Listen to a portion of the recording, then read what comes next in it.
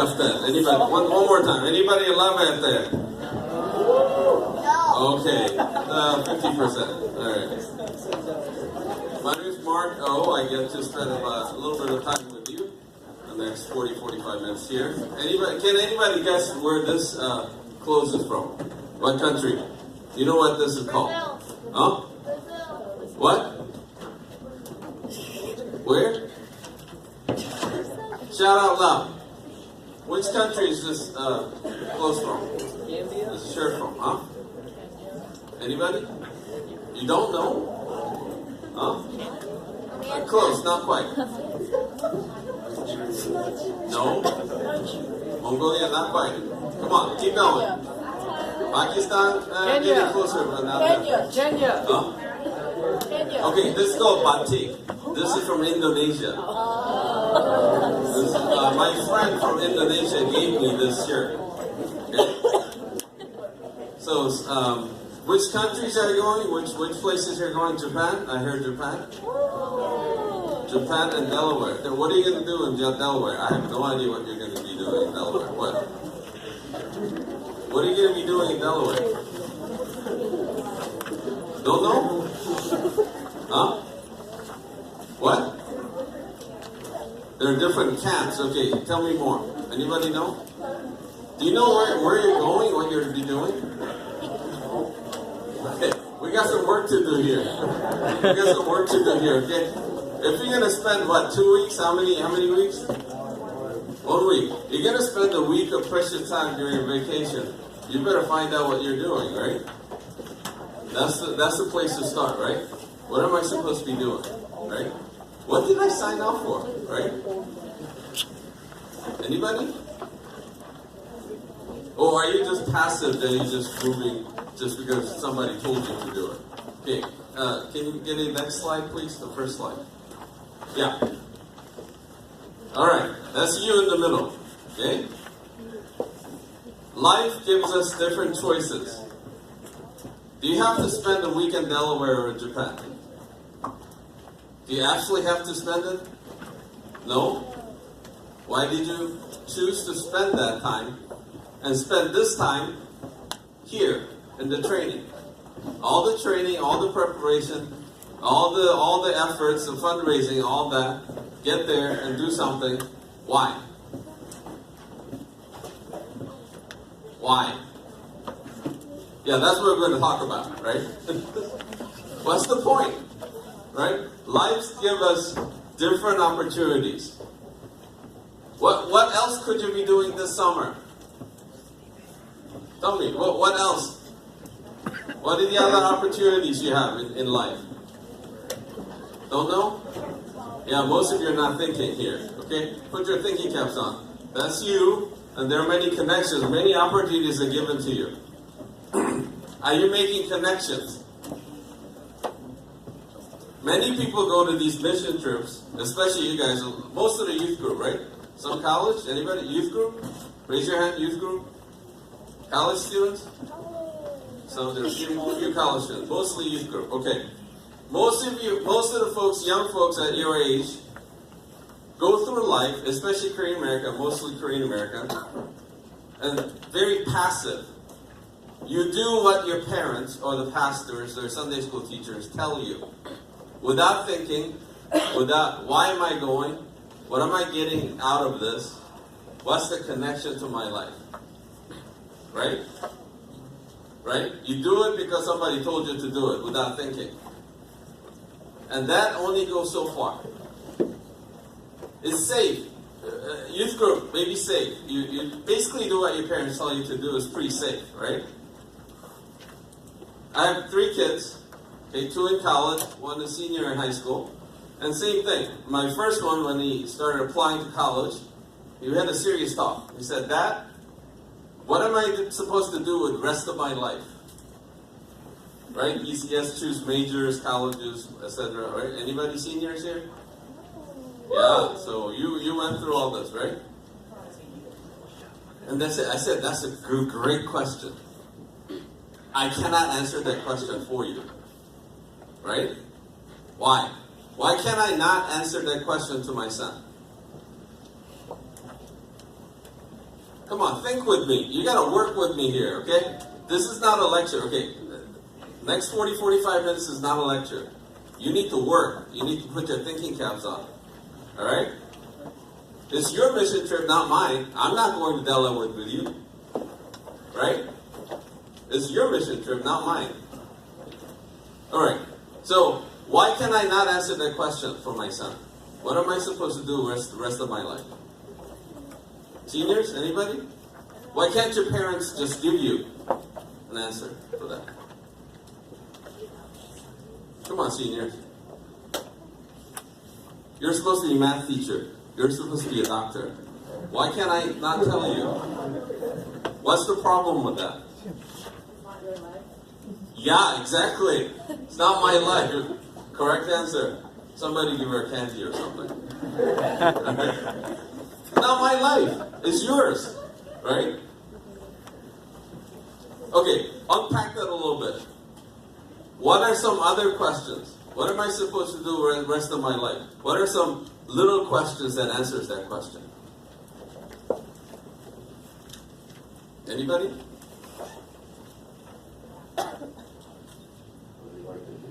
Huh? What do you like to do? What else? Yeah, that certainly goes into consideration. You've probably thought about it, seniors, when you applied, right? What are you good at? What else? Good. We're getting warmer. Okay. Anything else? Any other questions you need to ask? What am I supposed to do? What are you supposed to do for the rest of your life? Huh? What God wants you to do. Okay. We'll break down a little bit. Anybody else? Anything else? What matters to you? What matters to you? Good, good. We're thinking, we're getting there, we're warming up. Okay? Life gives you a lot of connections. And this mission trip, Japan or Delaware, is one of those bright lights. Okay? This is what I've seen, mission trips. I led mission trips overseas or different places. When I was in Japan, I received mission trip teams here in Japan and other places. So I had it both ways. Here's it. 20, 30, 40 people come. Okay? After a week or two, whatever, how long the mission trip is, many people forget they made a connection through the mission trip. And they go on life as if nothing has happened. They haven't gained much. And some others, few, I've noticed, make that connection during the mission trip. And that makes a difference in their life. How they live their life, how they spend time in the measure and direction of their lives. I've seen two kinds. Those mission trips makes no difference in their life. Mission trips who do make a difference in their lives. Okay? Just to tell you, next slide, please. Okay. So I'm just gonna explain where I've been. Okay, just to give you a background. Okay, immigrated in '83, age 16. So that kind of tells you how old I am. All right. And joined Cru, Campus Crusade Missionary since '91. Did campus ministry until 2004. Various places in Pennsylvania and Washington, D.C. Did campus ministry in Osaka, Japan from 2004 to 2007. And served in Singapore 2007 through 14. About 7 years in Singapore. I was part of what we call Campus Crusade headquarters, supporting 2,000 missionaries all throughout Asia. And then moved on to doing new missionary training new missionaries to adjust to brand new culture. Who's going to Japan? Raise your hand. I saw a couple of hands. Okay. How long in Japan? 2.5 weeks. Where in Japan? Tokyo. Okay. What are you going to be doing in Tokyo? Oh. Street evangelizing in the streets of Tokyo? You sure? That's tough. I've done that for one day. Couple of days, I think. That's tough. Where? We're in the downtown or? Don't know. Okay. Better find out, eh? Okay. I'm glad you're going to Tokyo for joining that team there. But it's going to be interesting. So 2014, I came back to the United States. Now, serving with Christian Embassy DC, our team reaches out to diplomats. There are about 3,000 diplomats here with their spouses, Congress, both the members of Congress. How many congressmen and senators do we have? Anybody? Anybody think government here? How many congressmen and senators? 50 senators. 535. Okay, somebody pay attention to English. I read the Okay. report. And they're staffers. And we reach out to Pentagon. Do you know how many people work in Pentagon building? No? A lot? Okay. Okay, you gotta pay attention. You look here. About 20,000. Plus about 5,000 to 6,000 contractors. Any given day, there's 25,000, around 25,000 people working in that place. How many, let's see, you probably wouldn't know this. Okay. Okay. How many political appointees in executive branches? Political appointee meaning appointed by the president and approved by the Senate. Huh? 15. 9. About 2,000.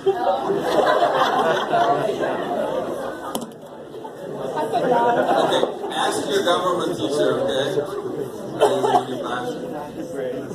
Alright. Okay, reason I'm introducing you to all this is when I was little, when I was your age, I took interest. I trusted Jesus when I was 17. I took an interest.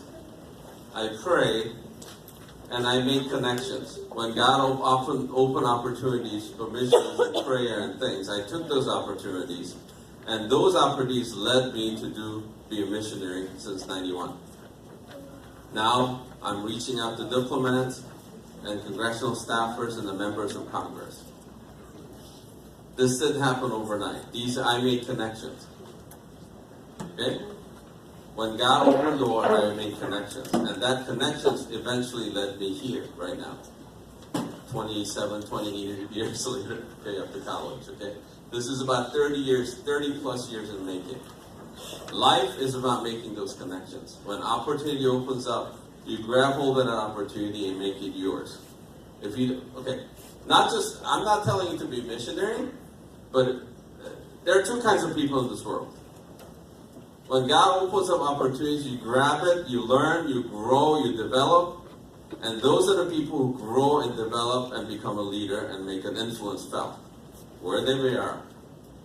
And there's another kind of person, every time opportunity opens up, yes, you're participating, you're doing it because you're doing it passively. Somebody told you. Somebody just told you to go. Because you like the friends. Or this girl goes on a mission trip and you want to go with her. Okay? Alright? There are some of you sitting here thinking exactly that, okay? Alright? Don't point out, okay? Okay? Whatever it is, you live life passively. You don't make any connections. You don't grow. You don't let these opportunities given to you, falling into your lap, help you to grow and change. And you live like that college, next 4 or 5 years. And you live like that through career when you're beginning your career. You live like that 30s, 20s, and 30s like that. You become 40s and have kids because somebody has told you, your parents told you should get married, right? Your mom hounds you, okay? And you get married, you have kids, and you're finding yourself, my life went nowhere. I talked to these people too. And I met these people who made connections in life. If you think about it, it's true. Okay? Those who make connections and God-given opportunities are doing something worthwhile. And they're finding meaningful things in their lives to make a difference. Not just religiously, but for their family, for their society, for their companies, for their countries. I meet with some of these people. Some of the diplomats I meet, some of the senior staffers I meet. They lived life making connections. Every time God opens the door, they grab hold of the opportunity and change. And then I meet bunch of other people who didn't make that connection, and they start complaining. They're not the leaders anymore. remember our Christian Embassy, our team, we only about a dozen people, very small team. We only work with leaders. We're not really interested in reaching the followers at the bottom. Because guess what? Leaders make a difference in this country and all over the world. So, actually, okay, this is a question I have. 20, 30 years from now, how many among you here that will be ministering to because you're worth a leader? You're a leader. You're making a difference. And how many of you will not be in that category? Life is that way. Okay? Next one. Okay, now I got your attention, right? Okay, this is a question. What are your expectations during and after the mission trip? What's your expectation? Let me put it this way. Another question is, how do you want the Lord to affect your life because of this mission trip? Answer is? Oh, okay, is this first time you're asking yourself this question? Be honest. Because a lot of you, on your face, tells me this. This is first time you've ever thought about this question. My goodness, you have to spend hours sitting in this room. You have to spend hours preparing, fundraising, do whatever you need to do. You're going to spend one intense week or 2.5 weeks in the kids of Japan. You're going to spend your precious time. What do you expect to get out of this? You got to have something left, right?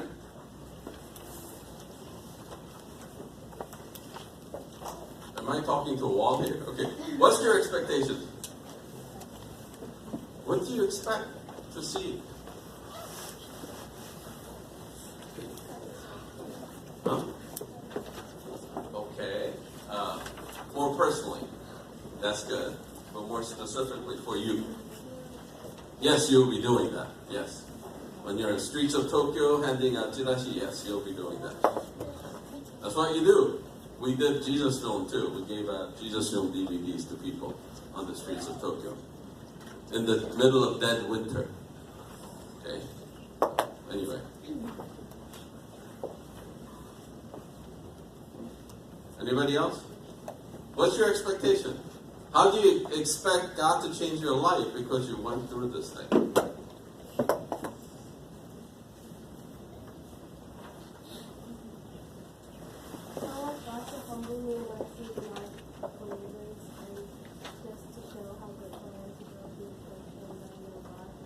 Okay, that's very good. Yeah.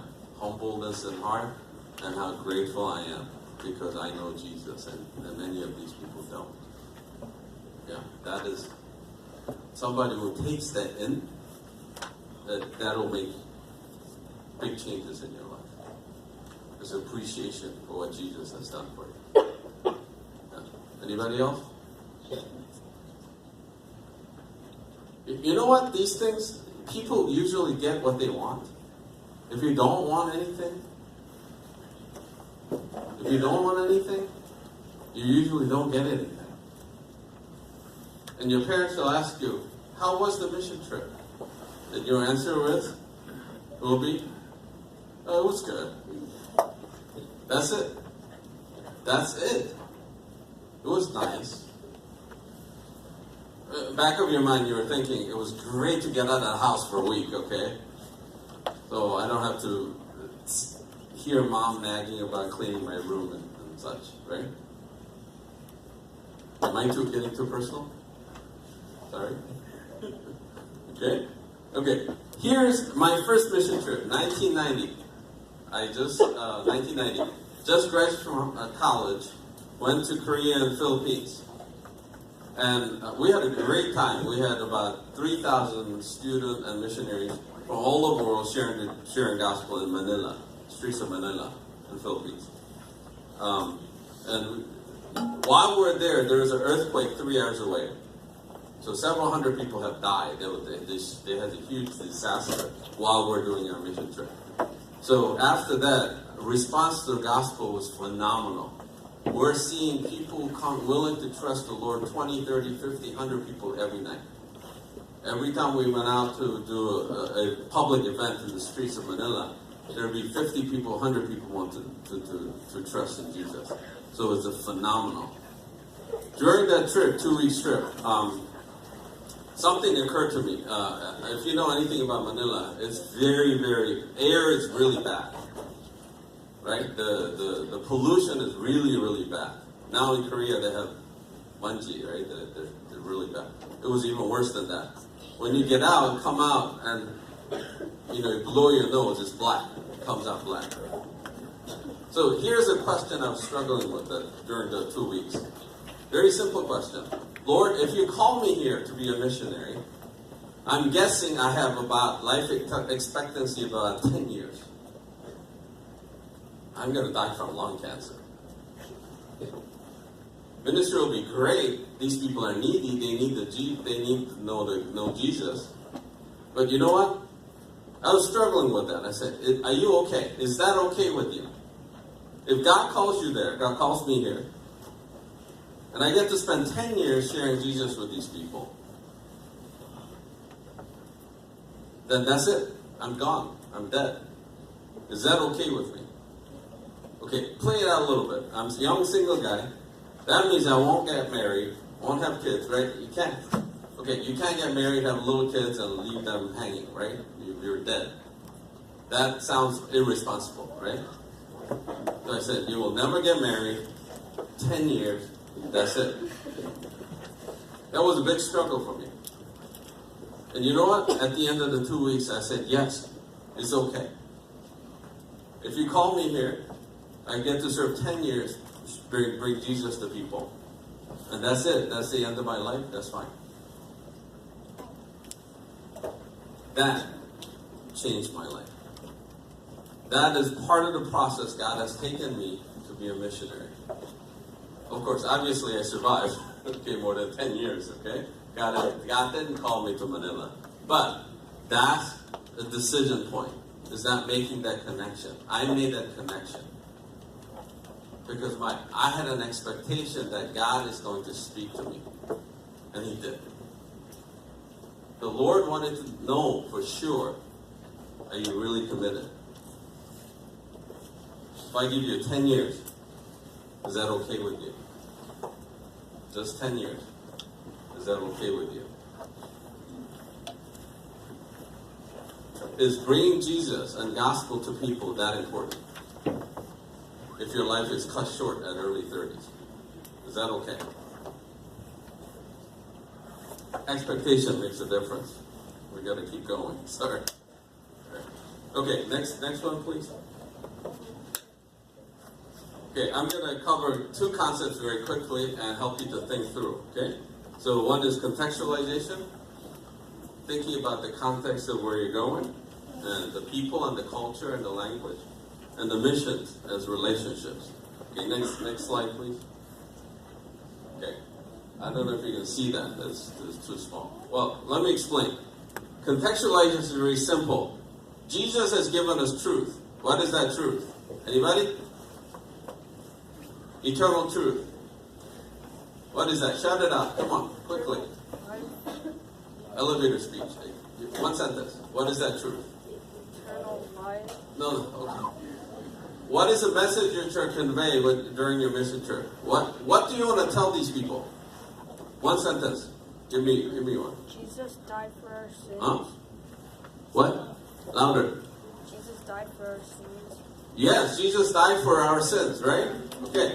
So that's the central message. But when you're in the streets of Tokyo, how are you going to say that? In English?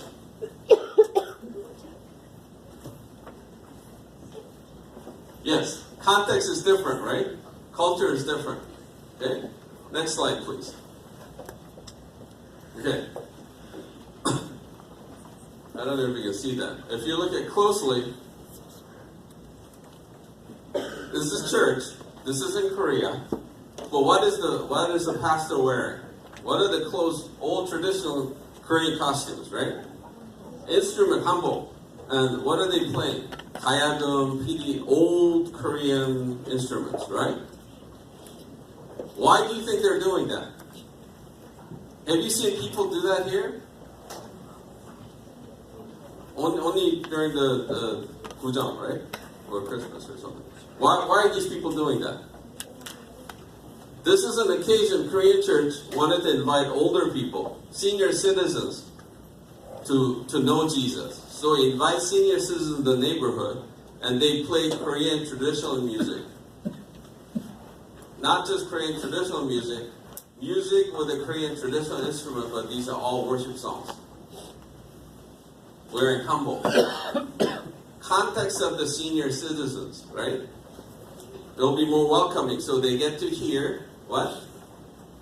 They get to hear what? The gospel, right? They get to hear the gospel, they'll change the format. That means contextualization. Now, this brings a lot of stress, especially in streets of Japan. I know in streets of Japan, I served there, 10,000 chirashi. You have a little flyer, we have an event. You give 10,000 of these things. Maybe 2 or 3 will show up to your meeting.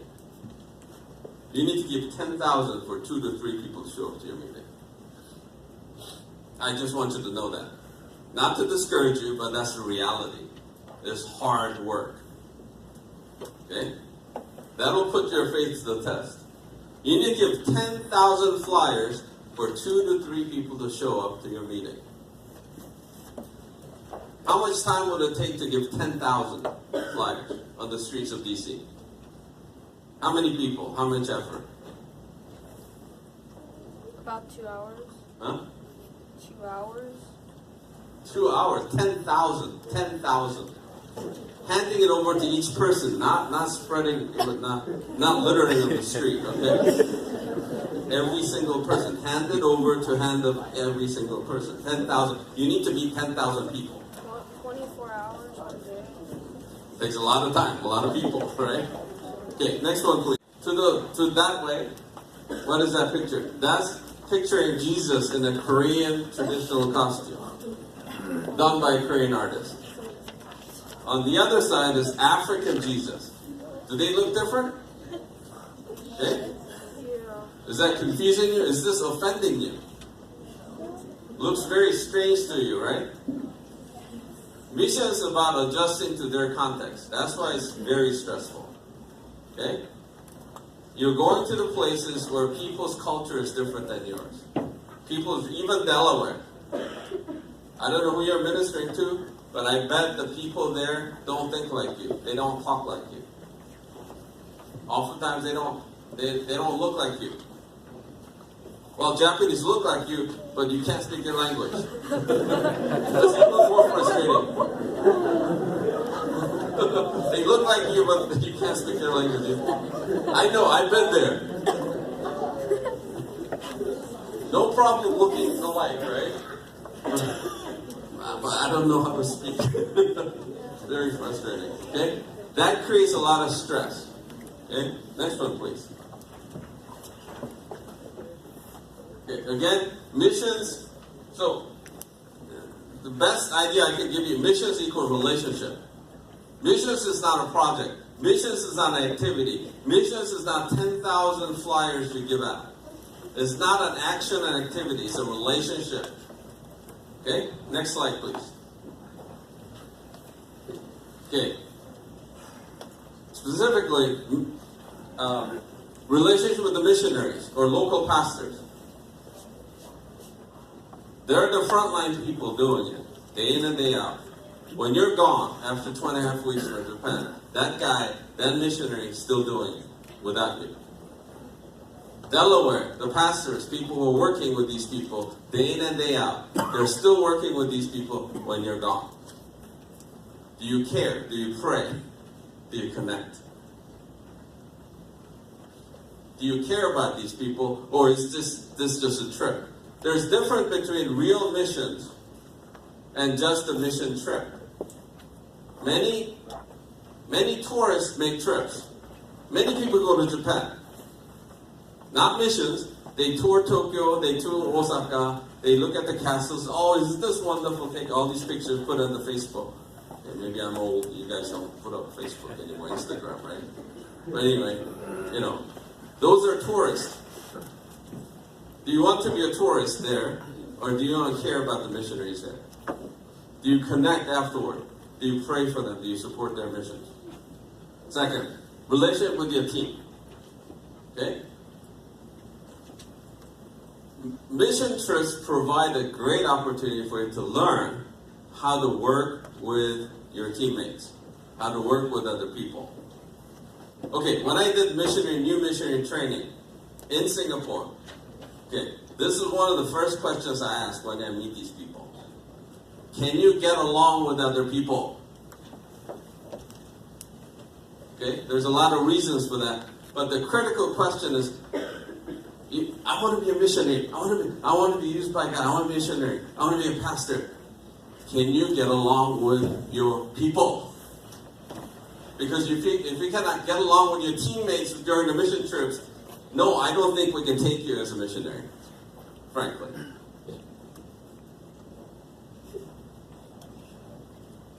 When you're always looking out for your own self, yes, you're stressed, you hardly slept, you're busy, and you're stressed from cross-cultural barriers, right? Language barriers, cultural barriers.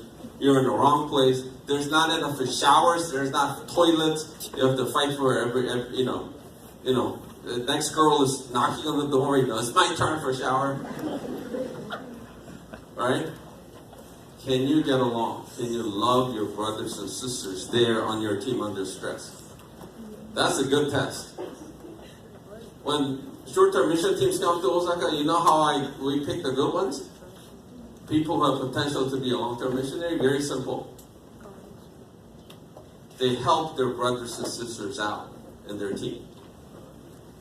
They have enough capacity to take the stress, take the pressure, trust and pray, and still extend compassion to their teammates. Those are the people we're looking for. They're the ones who have the right stuff.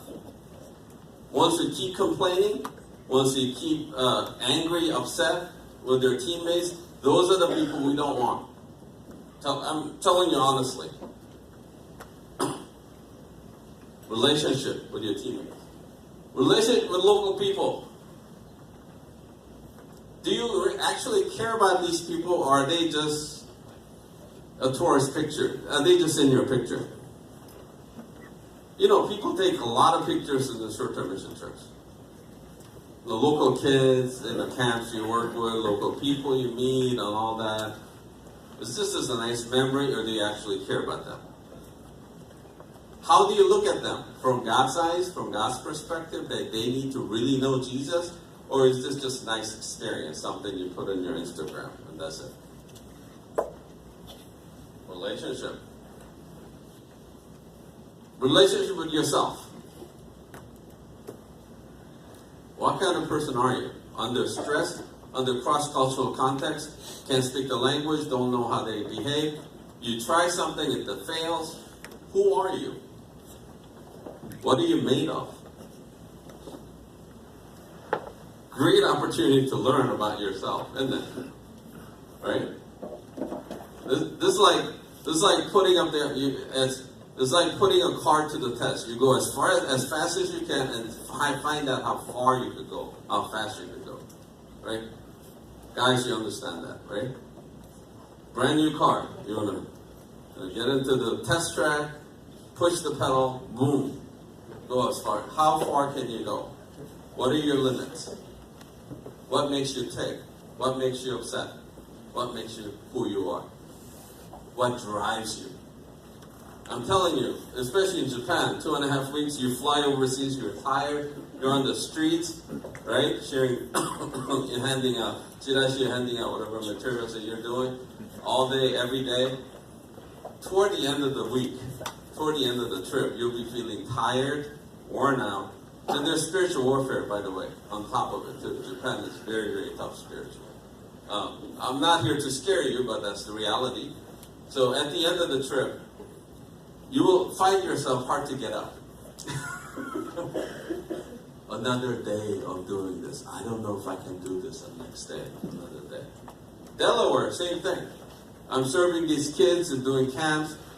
In the beginning, it's great. But when you're tired, this is the end of the camp, and You have to wipe their noses, and you have to take care of them. Hundreds of them running around. And you're just tired of them. Can I do this next day? Can I just do this one more day? Relationship with yourself. You find out who you are. And can you trust the Lord at those moments? When you're weak, when you're down, when you don't feel like going any further. That's the test. Do you actually care about and love these people just as Jesus did? I had to face that. Sometimes I don't want to meet with people. I'm a missionary. I don't want to make another phone call. I don't want to make another email to connect with them, so I set up time and meet with them here. You know, sometimes that's the challenge. I'm still facing that challenge. And at those moments, Jesus says, do you actually love me enough to make that extra effort? Next one. Relationship with the Lord at the bottom. But anyway, that's the critical thing. You will find out how compassionate Jesus is if you're open to discovering that during the mission trip. But if you're not looking, whole thing will pass you by. I've seen both kinds. I've received students come mission trips. I've seen both kinds. Okay? Tell you honestly. Majority of them doesn't make any difference. Doesn't make any improvement in their relationship with the Lord. Because they're passive. They're not asking the Lord question. Lord, what do you want me to understand? What do you want me to learn here? What is your voice? In the midst of all these busy activities and doing all these things, what do you want to tell me here? I discovered in the streets of Manila, he wanted to call me as a missionary. That has changed entire my life. My adult career, adult life has changed. Because I found out when I said, yes, I'm willing to die for you in 10 years. God says, you're it. Now I choose you. If you go through life without asking that question, in your 20s, in your 30s, in your 40s, I've seen, how many are here? Some of them. Some are great. They're committed to the Lord. They make a difference every day. Some of them minister to your parents.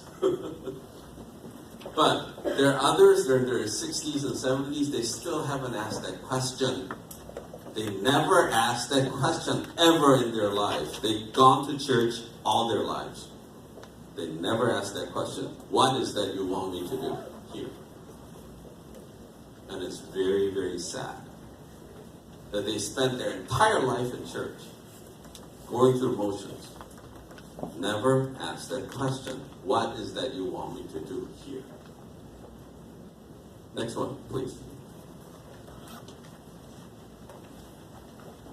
So I brought it back.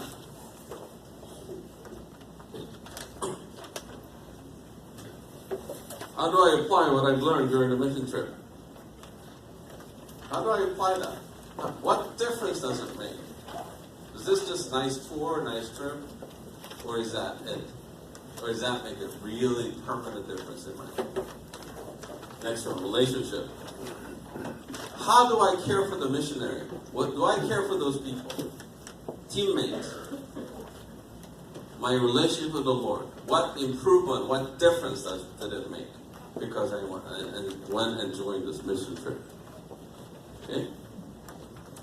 You need to find specific, you need to begin to think and pray and ask the Lord the question, what do you want me to learn? How do you want me to say? What difference does it make in my life? If not, then you'll miss the boat. All depends on the quality of mission teams. But I bet, especially youth group and some college is a little better, but youth group, I would say 60 to 70 to 80% miss the boat. They never ask the question. You just do what the pastor told you. You do what the team leader told you. You're passive. And you're okay. You served. You did your thing. Wonderful. And you come back and it absolutely makes no difference in your life. And you miss an opportunity to ask that question to the Lord. Lord, what is that you want me to do? And he's going to ask you a series of questions, which is good. You're well on the way of discovering your vision, God's vision for your life. Okay? Instead of living life through passively. Choice is yours. This work cannot be done by your team leader. Not even your pastor can do this work. Your pastor wants you to, but he can't make you. Your parents want you to, but they can't make you. This work is done by you. Not me, you. Okay? Are you going to put in the hard work? Praying, considering what's my expectation? How do I want this mission trip to change my life? Ask serious questions with the Lord and start having a conversation with Him, or not? And then you miss the chance. Okay, next one, please. Okay. Next one. Yeah. Life is about connections. Do you connect the dots? This mission trip is a big dot, big blip on your radar screen, right now, right? Do you allow that to make a difference in your heart and your attitude in your life or not? Choice is up to you. But you know what? Consequences are also yours as well. Okay? That's growing up is all about. You make your own choices, but the consequences and how that plays out in your life and how it affects your life is also yours as well. Not mine, not your parents, not the pastor. Okay? Clear? Okay. So, expectations. Well, how do I want this to change my life? Let's pray.